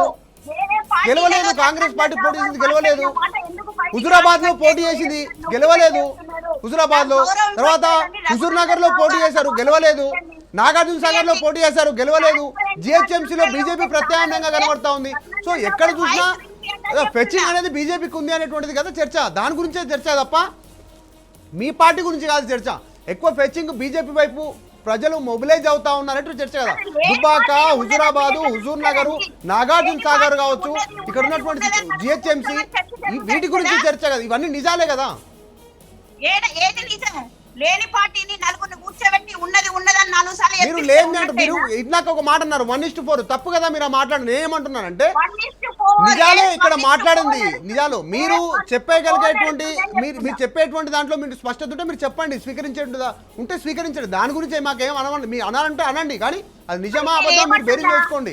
ఏ పార్టీ అయినా అధికారంలోకి రావాలని కోరుకుంటది, వాళ్ళ యుక్తులు ఉంటాయి. విశ్లేషకులుగా ఇక్కడ వాళ్ళ వెర్షన్ ఖచ్చితంగా నిక్కచ్చిగా చెప్పడం వాళ్ళ బాధ్యత. వాళ్ళు చెప్తారు ఏం జరుగుతుంది గ్రౌండ్ లో అనేటువంటి. మీరు విశ్లేషకులను కూడా టార్గెట్ చేస్తూ మాట్లాడడం కరెక్ట్ కాదు. నేను కూడా మిమ్మల్ని ఎక్కడ పర్సనల్ గా టార్గెట్ చేయలేదు. పార్టీలో జరుగుతుందే చెప్పాను, మీకు టార్గెట్ కనిపిస్తుంది. స్వీకరించే మనసు ఉండాలని నా వెర్షన్. ఆఫీస్ లో కూర్చుంటారో చూద్దామా? విశ్లేషకులు అంటే న్యూట్రల్ గా మాట్లాడాలి. విశ్లేషకులు న్యూట్రల్ గా అంటే ప్రజల వైపు ఉంటారు, న్యూట్రల్ గా మాట్లాడారండి. విశ్లేషకులు న్యూట్రల్ గా మాట్లాడరు, తప్పు. మీరు సరి చేసుకోండి. విశ్లేషకులు ప్రజల వైపు మాట్లాడతారు. మధు ఒక నిమిషం. కపర ప్రసాద్ గారు, నేను ఏమంటున్నానంటే రవళి కపర ప్రసాద్ గారు చెప్పండి. రవళి గారికి మధు గారు ఒక నిమిషం మీరు ఆగండి. మధు గారు ఒక నిమిషం ఆగండి. కాదు మధు గారు, ఓకే ఓకే మధు గారు, నేనేమంటున్నానంటే రవళి గారిని మాట్లాడినివ్వండి.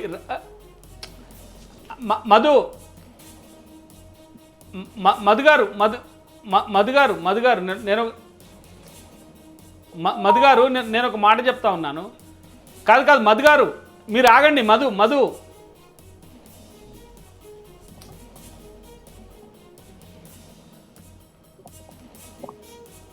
అట్లా కాదు.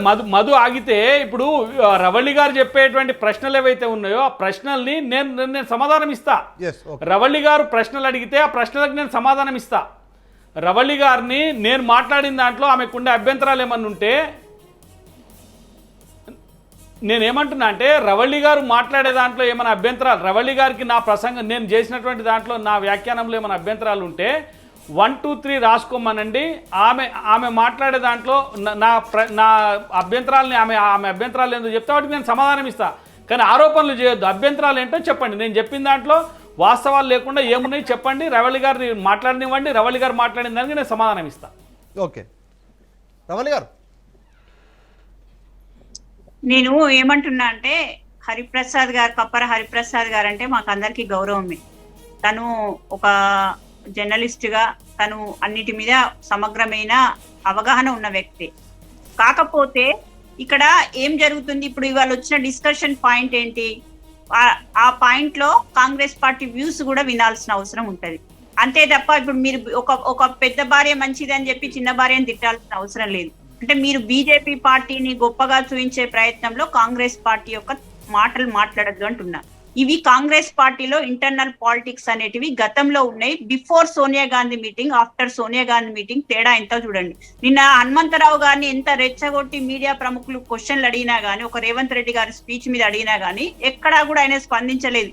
మాకు డిసిప్లిన్ ఉంది, మాకేమైనా అభ్యంతరం ఉంటే మేము సోనియా గాంధీ గారికి ఫిర్యాదు చేస్తాం తప్ప మేము ఎక్కడ మాట్లాడమని చెప్పి ఆయన అంత బ్రాడ్ మైండ్ గా ఆలోచించినప్పుడు ఆ చర్చలు పదే పదే పదే పదే ఎందుకు మీడియా ముఖంగా వస్తున్నది?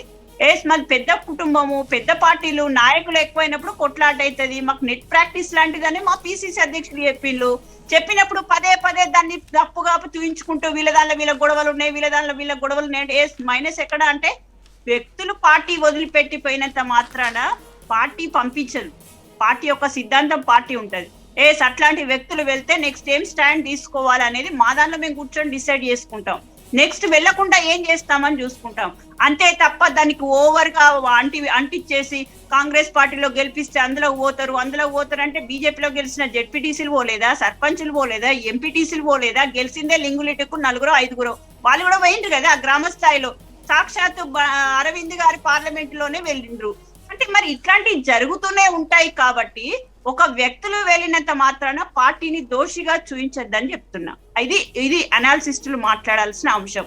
వెళ్లకుండా ఏం చేయాలనేది మీకు ఏమైనా సూచనలు ఉంటే, సలహాలు ఉంటే, మీకు బీజేపీ పార్టీ కుడి కన్ను, కాంగ్రెస్ పార్టీ ఎడమ కన్ను అంటే ఈ 2 కన్నులు ఒకటే అయినప్పుడు మీరు సలహాలు సూచనలు ఇస్తే మేము స్వీకరిస్తాం.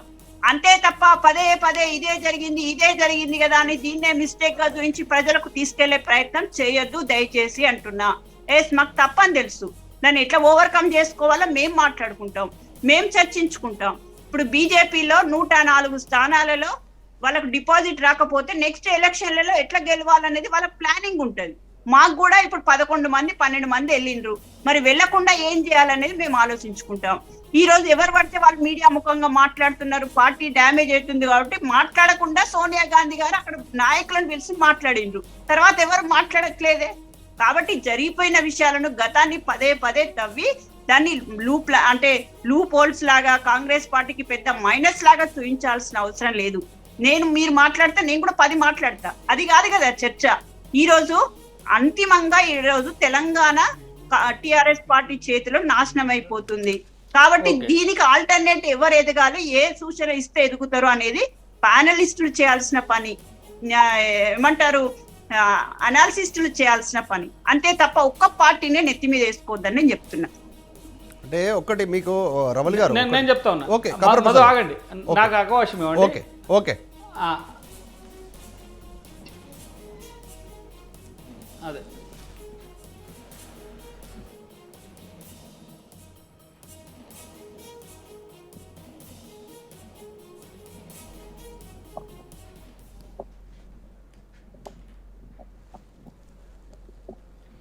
అయితే కాదు, ఇప్పుడు రవళి గారు మాట్లాడుతున్నారు కదా, నేను మాట్లాడతాను. రవళి గారు నేను మాట్లాడేటప్పుడు రవళి గారిని ఆగమనండి.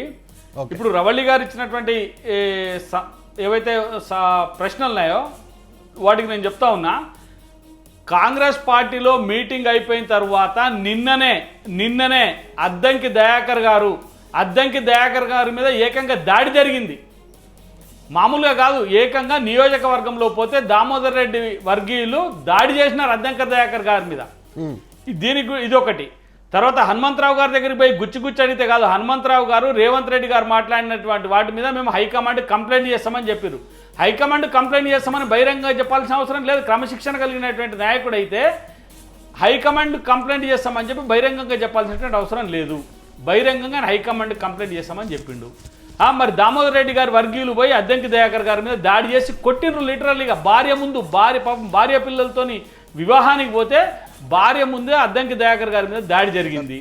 ప్రతిపక్ష పార్టీ నాయకుడు కూడా చేయడండి. కుటుంబంతో ఉన్నప్పుడు ప్రతిపక్ష పార్టీ నాయకుడు కూడా టచ్ చేయడం ఎవరన్నా సరే, పోని వాళ్ళు ఫ్యామిలీతో వచ్చిండ్రని చెప్తారు, కానీ అక్కడ దాడి జరిగింది.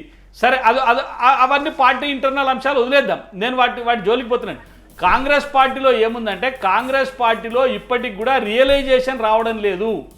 మనం కాంగ్రెస్ పార్టీలో కలిసి కొట్లాడితే అధికారంలోకి వస్తామనేటువంటి రియలైజేషన్ రాకపోవడం వల్ల ఒక సమస్య అయితే, ఎప్పుడైతే రేవంత్ రెడ్డికి పగ్గాలు ఇచ్చిండ్రో ఇప్పటిదాకా కాంగ్రెస్ పార్టీలో సీనియర్ నాయకులమని చెప్పినటువంటి నాయకులందరూ కూడా వాళ్ళని వ్యతిరేకిస్తున్నారు. వాస్తవంగా ఈ చర్చ కాంగ్రెస్ పార్టీకి సంబంధించింది కాదు.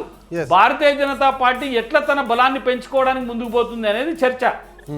నేను అదే విషయం చెప్పిన, భారతీయ జనతా పార్టీకి ప్లస్లు ఏమున్నాయి, బలాన్ని పెంచుకొని ఎట్లా ముందరికి పోతుంది అనేది చర్చ ఇది.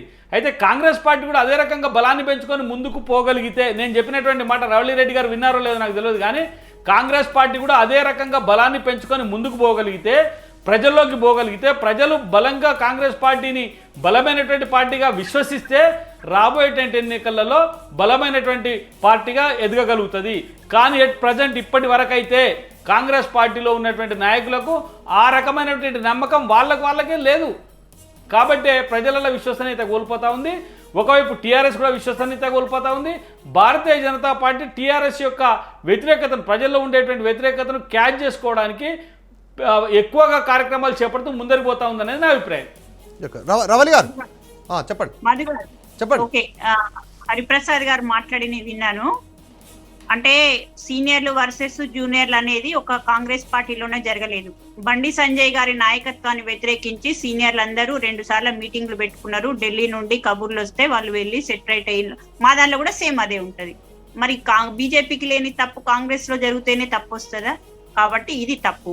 రెండవది, ఏదైతే అద్దంకి దయాకర్ మీద దాడి జరిగిందంటే అది మా ఇంటర్నల్ ఇష్యూ. అద్దంకి దయాకర్ గారు వచ్చి ఏమైనా మీడియా ముఖంగా నా మీద దాడి జరిగింది అని చెప్పిండ్రా, లేకపోతే కప్పర హరిప్రసాద్ అన్న గారికి చెప్పిండ్రా నా పక్షాన మాట్లాడండి అని? అంటే మీ ప్రతి దగ్గర కూడా నిన్న బీజేపీ నాయకులు కార్పొరేటర్లు హైదరాబాద్ లో నడి రోడ్డు మీద ఉరికిచ్చి కొట్టిండ్రు. అంటే ఈ దుర్మార్గము ఇవి చేస్తే బాగుంటుందా?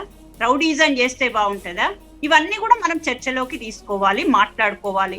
నేను అనేది ఏంటిదంటే, ఎక్కడో జరిగిన తప్పును ఏదో జరిగిన దాన్ని ఓవరాల్ గా పార్టీకి అంటించే ప్రయత్నం చేయొద్దు, పార్టీని మకిలి పట్టించే ప్రయత్నం చేయొద్దు అంటున్నా. మీరు బీజేపీ చర్చనే నడుస్తుంది. ఈ రోజు బీజేపీ బలోపేతం మీద చర్చ జరిగినప్పుడు కాంగ్రెస్ పార్టీని ఎందుకు పిలవాలండి? కాంగ్రెస్ పార్టీ అంటే మీరు మాట్లాడుతుంటే నేను ఆహా ఓహో అనుకుంటా కూర్చోవాలనా? నా వాయిస్ నే వినిపియద్దా? ఇది నేను అనేది. ఏది ఉన్నా కానీ ఈక్వల్ ప్రియారిటీ ఇవ్వడం ఖచ్చితంగా 100% మీ వెర్షన్ వినిపించాడు, దానికి ఎలాంటి ప్రాబ్లం లేదు. మీరు వెర్షన్ వినిపించమనే మిమ్మల్ని పిలిచాము, దాని ప్రకారమే పిలిచాం. మీరు కూడా ఏ రకంగా బలోపేతం అవుతున్నారని చెప్పుకునేటువంటి అవకాశము ఆ వేదిక కల్పించడానికే పిలిచాము. మీరు వెర్షన్ చెప్పొచ్చు, దాంట్లో తప్పు లేదు. కానీ మీరు కాదు మీరు విశ్లేషకులు చెప్తున్నటువంటి దాన్ని మోడరేటర్ ని కూడా మీరు టార్గెట్ చేస్తూ మాట్లాడుతున్నారు. మీరు అట్లా కాకుండా మీ పార్టీ ఏ రకంగా ముందుకు పోతుంది చెప్పే ప్రయత్నం. ఎక్కడ మీ పార్టీని కాంగ్రెస్ పార్టీని టార్గెట్ చేయలేదు, బీజేపీని భుజాన వెతుకోలేదు, టీఆర్ఎస్ పార్టీ జరుగుతున్నటువంటి వాస్తవాలు జరుగుతున్నటువంటి పరిణామాల పైన మాత్రమే చర్చిస్తున్నాం. దాన్ని మీరు అంగీకరించి మీ పార్టీ ఏ రకంగా ముందుకు పోతుందనేది చెప్పే ప్రయత్నం చేయమనే మీకు ఆ వేదిక. అంత మించి వేరేం లేదు. సూచనలలో ఏమైనా తప్పు కనిపించిందా? నేను అంటే హరిప్రసాద్ అన్న గారు ఇది బీజేపీ బలోపేతం మీద చర్చ మాత్రమే అన్నప్పుడు కాంగ్రెస్ పార్టీని ఎందుకు ఇన్వాల్వ్ చేయాలంటున్నా. ఒకటి మీ వెర్షన్ కూడా వినిపించమనే మిమ్మల్ని వేదిక పిలిచాము. మీరు వస్తారని మీరు రాలేదు, మేమే పిలిచాము. ఆ వేదిక కల్పించింది రాజ్ న్యూసే మీకు. సో దాన్ని మీరు కన్స్ట్రక్టివ్ వేలో ఉపయోగించుకుంటే మంచిది. మీరు విశ్లేషకుల పైన కూడా ఆగ్రహం వ్యక్తం చేస్తూ, మోడరేటర్ పైన ఆగ్రహం వ్యక్తం చేస్తూ కాదు అంటే కాదు కదా, ఇక్కడ జరిగిందే వాస్తవము అని చెప్తున్నాము. ఖచ్చితంగా ప్రియారిటీ. ఇప్పుడు మొత్తం ఓవరాల్ డిబేట్ లో ఎక్కువ సమయం తీసుకుంది మీరే. మీరు మాట్లాడనిస్తే డిబేట్ అయిపోయిన తర్వాత మీరు లెక్క బేరీజు వేసుకొని టైం కౌంట్ చేసుకుంటే ఎక్కువ సమయం తీసుకుంది మీరే, మీకే ఇచ్చాము. అయినా కూడా మీరు సాటిస్ఫైడ్ లేరు. మధు గారు నేనేమంటున్నా అంటే, రవలి గారు మీరు డిబేట్ అయిపోయిన తర్వాత చూడండి, అబద్ధం అంటే ఎక్కువ సమయం ఎక్కువ వాయిస్ తీసుకుంది మీరే. మరి ఇంకా మీ ప్రాబ్లం ఏంటి? ఇప్పుడు కాంగ్రెస్ పార్టీలో జరిగినటువంటి గొడవలు వాస్తవం కాదా? చర్చకు వస్తాయి కదా ఆటోమేటిక్ గా. రాజకీయం కదా ఇది, మన ఇంటి విషయం కాదు కదా. రాజకీయం పార్టీలో జరిగేటువంటి విషయాలు చర్చకు వస్తాయి. దాన్ని హ్యాపీగా దాన్ని మీరు స్వాగతించాలి, దానికి కౌంటర్ అటాక్ ఇచ్చే ప్రయత్నం చేయాలి. కానీ నిజాలు జరిగినటువంటి వాటిని మీ దృష్టికి తీసుకొచ్చినటువంటి విశ్లేషకులను మోడరేటర్ని అంటే అది కరెక్ట్ కాదు అనేటువంటి మీరు చెప్పే ప్రయత్నం చేస్తున్నారు. నేను కౌంటర్ ఇస్తే నిజాన్ని నొక్కేస్తారా?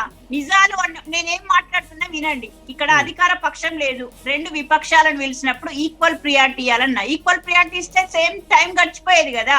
ఎక్కడ ఈక్వల్ అండి? మీకు అసలు ఇంకా ఎక్కువ ఇచ్చాము. అసలు మీరు ప్రతి అంశాన్ని డివైడ్ చేసి వేరే, ఇప్పుడు మోడరేటర్ ని మీరే అంటారు, తర్వాత విశ్లేషకులని మీరే టార్గెట్ చేస్తారు. ఇట్లా కాకుండా వాళ్ళు మాట్లాడిన తర్వాత మీరు మాట్లాడండి, మీరు మాట్లాడిన తర్వాత మిగతా వాళ్ళు మాట్లాడతారు. ఇట్లా ఇది కదా, మీరు అసలు మాట్లాడనివ్వట్లేదు, అది ప్రాబ్లం.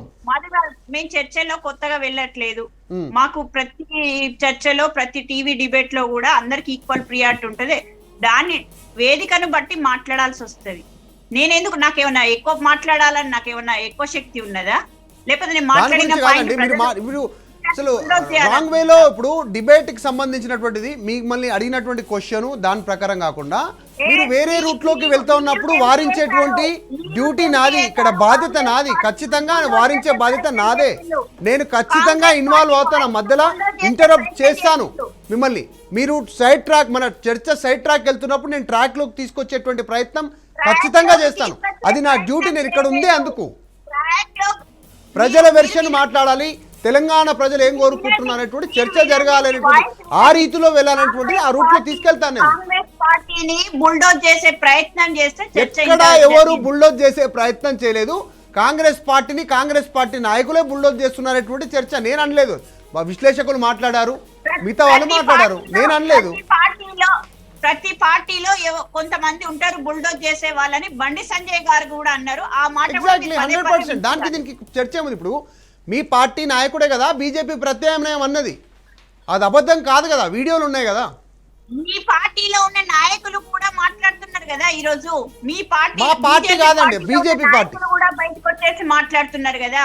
బీజేపీ పార్టీలో ఉన్న కేంద్ర మంత్రులు కూడా టిఆర్ఎస్ బాహా ఓహా అంటున్నారు కదా. మరి దీని మీద కూడా చర్చ పెట్టాలి కదండి మధు గారు. చెప్పండి ఎవరంటున్నారో పేర్లు చెప్పండి. కేంద్ర మంత్రులు వచ్చి ఎవరు మెచ్చుకోలేదా? పార్లమెంట్ సాక్షిగా అవినీతి జరగలేదని చెప్పలేదా? చర్చ పెడదామంటే పెడదాం, పట్టండి పెడదాం. దాని గురించి కాదు, కాంగ్రెస్ పార్టీ అద్భుతం అని ఏ బీజేపీ నేత అన్నారో చెప్పండి. డిబేట్ పెట్టండి అది కూడా. ఇప్పుడు మీరు మీ పార్టీ ఎట్లా డెవలప్ చేసుకుంటారు దాని గురించి మీరు మాట్లాడాలి కానీ వాటి గురించి కాకుండా వేరే రూట్ లో వెళ్తే ప్రయత్నం చేస్తా ఉన్నారు. ఈ రోజు తెలంగాణ టిఆర్ఎస్ పార్టీలో ఏ విధంగా నాశనం అవుతుంది, ఏ పార్టీలకు ఎంత స్కోప్. ఒకటి రవల్ గారు మీకు ఒకటి స్పష్టంగా చెప్తాను, మీకు ఒకటి స్పష్టంగా చెప్తాను, మీకు ఒకటి జరిగిన వాస్తవాలే చెప్తాను, వేరే చెప్పను. వాస్తవికంగా జరుగుతున్నటువంటి వాస్తవాలే మీకు వివరించేటువంటి ప్రయత్నం చేస్తాను. జరిగినవే అబద్ధాలను కూడా ఆహా ఓహా అనుకుంటూ వినాలా? నేను అబద్ధాలు కాదు నిజం చెప్తాను, వింటారా? అబద్ధాలు మీకు నిజాలు అనిపించినాయి కావచ్చు, నా పార్టీ పరంగా అబద్ధాలు. కొండా విశ్వేశ్వరరెడ్డి గారు మీ పార్టీ నుంచి ఎంపీగా పోటీ చేశారు, ఇది నిజమా అబద్ధమా? ఆయన మీ పార్టీ కాంగ్రెస్ పార్టీ టిఆర్ఎస్ పైన పోరాటం చేయట్లేదంటూ బయటకు వచ్చిన మాట వాస్తవమా అబద్ధమా? నిజమే కదా. తర్వాత కాదు, కాంగ్రెస్ పార్టీ పోరాటం చేయట్లేదు టిఆర్ఎస్ పార్టీ పైన అని చెప్పే బయటకు వచ్చారు, ఇది నిజమే కదా. వీడియో ఉంది కదా, మీడియా ముఖంగా మాట్లాడారు కదా. కొండా విశ్వేశ్వరరెడ్డి గారు మీడియా ముఖంగా మాట్లాడారు కదా, కాంగ్రెస్ పార్టీ టిఆర్ఎస్ పార్టీ పైన సరైన పోరాటం చేయట్లేదు అంటూ చెప్పారు. నేను చెప్పింది కాదు అండి, ఇది కూడా యాక్సెప్ట్ చేయకుంటే ఎట్లా? మీరు ఇది కూడా వినరా? ఇది అబద్ధమా? ఇది రాజకీయ నాయకులు ఈ పార్టీ నుండి ఆ పార్టీకి వెళ్తారు, వెళ్ళినప్పుడు ఒక పార్టీ ఇంకా వెళ్ళలేదు. నేనేమంటున్నానంటే దాని గురించి కాదు, నేనేమంటున్నా వెళ్ళలేదు, నమ్మకం లేదు అంటూ మాట్లాడారు కదా. సో ఇది సిచ్యువేషను, అంటే నిజాలను యాక్సెప్ట్ చేసేటువంటి గుణం ఉండాలి. ఏది ఏమైనప్పటికీ కూడా వరుసగా జరుగుతున్నటువంటి పరిణామాలకు థ్యాంక్ యూ సో మచ్ అండి. చర్చలో పాల్గొన్నటువంటి సతీష్ మాదిగ గారు బీజేపీ నేత, అలాగే రవలిరెడ్డి గారు అధికార ప్రతినిధి టీపీసీసీ నుంచి, కల్లూరి శ్రీనివాసరెడ్డి గారు విశ్లేషకులు, కపర ప్రసాద్ గారు విశ్లేషకులు. థ్యాంక్ యూ సో మచ్ మీ అభిప్రాయం చెప్పినందుకు. ఫైనల్గా ఒకటి కంక్లూడ్ చేసేటువంటి ప్రయత్నం చేసి చర్చకు తప్పుదోవ పట్టేటువంటి ప్రయత్నం జరిగింది ఇక్కడ. అంటే వేరే అంశాలను లేవనెత్తడంతో దీని గురించి కంక్లూజన్ ఇవ్వాల్సినటువంటి అవసరం ఉంది. రీసెంట్గా తెలంగాణలో జరుగుతున్న రాజకీయ డెవలప్మెంట్కి సంబంధించి దుబ్బాక కావచ్చు, హుజురాబాద్ కావచ్చు, హుజూర్ నగర్ కావచ్చు, నాగార్జున సాగర్, సో ఇన్ని ఉప ఎన్నికలు జరిగితే 4 ఉప ఎన్నికల్లో బీజేపీ 2 చేజిక్కించుకోవడం జరిగింది. 2 అధికార టీఆర్ఎస్ పార్టీ మళ్ళీ చేజిక్కించుకోవడం జరిగింది. సో ఇక్కడ స్కోపు టీఆర్ఎస్తో కంపారిజన్ చేస్తే పార్టీలలో బీజేపీ వైపు ప్రజలు ఉన్నారనేటువంటిది చర్చ. ఎందుకంటే కాంగ్రెస్ను ఎక్కడ కూడా ఆదరించలేదు. ఈ 4 ప్రాంతాల్లో కూడా 2 ప్రాంతాల్లో చాలా హోరాహోరీగా జరిగినటువంటి ప్రాంతాల్లో బీజేపీ వైపు ప్రజలు నిలిచారు. తర్వాత జిహెచ్ఎంసీ ఎలక్షన్లు కనుక తీసుకుంటే ఖచ్చితంగా ఇక్కడ హోరాహోరీ పోరులో బీజేపీ అనూహ్యంగా తెరపైకి వచ్చినటువంటి పరిస్థితి కనపడింది. సో అక్కడ కూడా ఈ కంపారిజన్ చేస్తే బీజేపీ వైపు ప్రజలు ఉన్నారు అనేటువంటిది. దాని తర్వాత బండి సంజయ్ అధ్యక్షుడు అయిన తర్వాత జరుగుతున్నటువంటి రాజకీయ ఏకీకరణలు కావచ్చు, అనేక అంశాలకు సంబంధించి చాలామంది బీజేపీలో జాయిన్ అయ్యారు. ఇక్కడ నుంచి జాయిన్ అయినటువంటి కాంగ్రెస్ నుంచి జాయిన్ అయ్యారు, టీఆర్ఎస్ పార్టీ నుంచి జాయిన్ అయ్యారు. రీసెంట్గా కొండా విశ్వేశ్వరరెడ్డి గారు కూడా బీజేపీ వైపు వెళ్తున్నటువంటి ప్రకటన చేశారు. సో ఇట్లా దీని గురించి చర్చ, బీజేపీ బలోపేతం అవుతా ఉంది, బీజేపీ వైపు ప్రజలు చూస్తున్నారు, అది నిలబెట్టుకోగలుగుతారా బీజేపీ నాయకులు, అధికారం వైపు అధికారం చేజిక్కించుకోగలుగుతారా అనేటువంటి చర్చ, దానికి సంబంధించినటువంటి చర్చ చేశాం. అలాగే మిగతా పార్టీలు కూడా వారి వ్యూహాలు వారికి ఉంటాయి, వాళ్ళు కూడా అధికారంలో రావడానికి అనేక వ్యూహాలు పొందొచ్చు, వాళ్ళు కూడా ఏర్పరచుకోవచ్చు, దాని ప్రకారం ప్లాన్ వర్కౌట్ చేసుకుంటూ ముందుకు వెళ్ళొచ్చు. దాని గురించి ఇక్కడ జరిగినటువంటి విషయాలనే చర్చించడం జరిగింది. ఇది ఈరోజు సంబంధించినటువంటి చర్చ. మొత్తానికి తెలంగాణలో బీజేపీ పాగా వేయడానికైతే ఒక భారీ వ్యూహంతో ముందుకు వెళ్తున్నట్టుగా స్పష్టంగా సంకేతాలు కనిపిస్తూ ఉన్నట్టు. నేను మధు మల్కేడ్కర్, సైనింగ్ ఆఫ్.